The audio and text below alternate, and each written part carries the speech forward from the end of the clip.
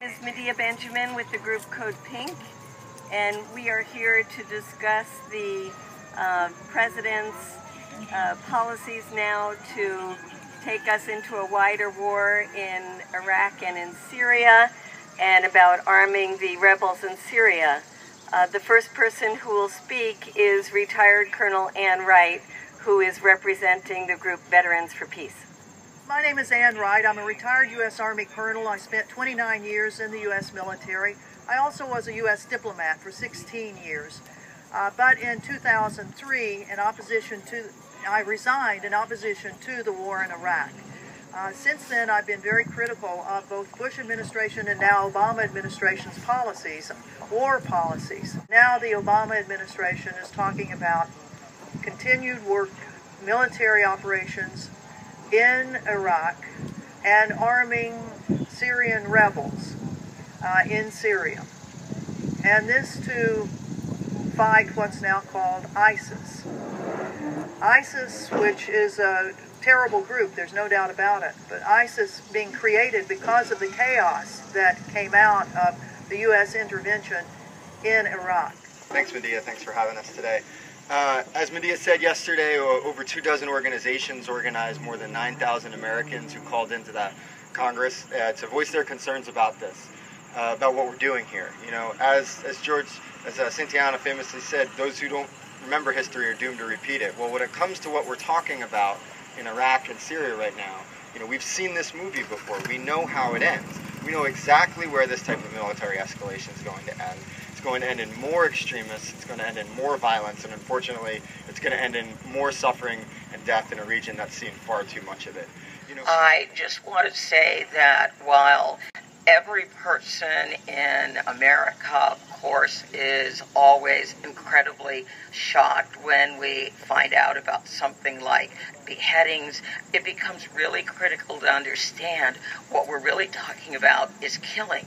So the methodology of killing, it's still killing. It isn't better if we as Americans kill people with guns or any other type of weapons.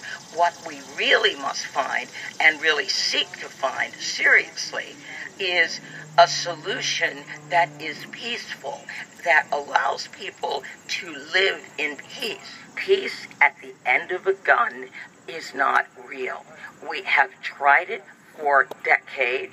We have failed for decades. It is time to try something new and something that works. Diplomacy. As I've been saying since 2008, it's not that diplomacy has failed in the region. It's never really been tried. Thank you. We're doing more harm than we are good, and it's time to wake up and stop trying to fight the forces of history here and pull out of this conflict so that the people in the Middle East can solve this conflict. It is their problem. It's one that they have to solve. It's one that they need to resolve, and it's the one that clearly will not be resolved by American military presence and the continued policy of flooding arms and weapons into every side of this conflict. It's got to stop. I'm Congressman Alan Grayson. I represent Central Florida in Congress here. I want to say a few words in favor of peace. Peace is something that people have cherished now for thousands of years. In fact, the absence of war is a condition that people have strived for going back to the beginning of civilization. Now, for some reason, maybe because of the warning that we received from President Eisenhower that went unheeded about the military-industrial complex, for some reason at this time and this place, we no longer have that reflexive desire for peace. In fact, on the contrary, we seem to have a knee-jerk reaction that makes us strive not for peace, but for war. Every war begins when we say it begins, and in many cases, the worst things that ever happen to us as a country are the things that we inflict on ourselves, including, for instance, the war in Iraq. Inevitably, you cannot conduct the kind of military missions that the President's calling for without the slaughter of the innocents. It's not possible. Maybe one day it would be. Maybe one day these drones can look not on your face, but into your heart, and find out and judge whether you're a terrorist or not. Until that day comes along, inevitably, whenever we commit these bombings, there will inevitably be the murder of grandmothers, of grandfathers, and of children. little tiny children. 200 already, the innocent victims of our efforts in Yemen and also in Pakistan. So we'll see that. We will see also, in addition to that, what I would call utterly, blatantly ineffective efforts to change the conditions on the ground.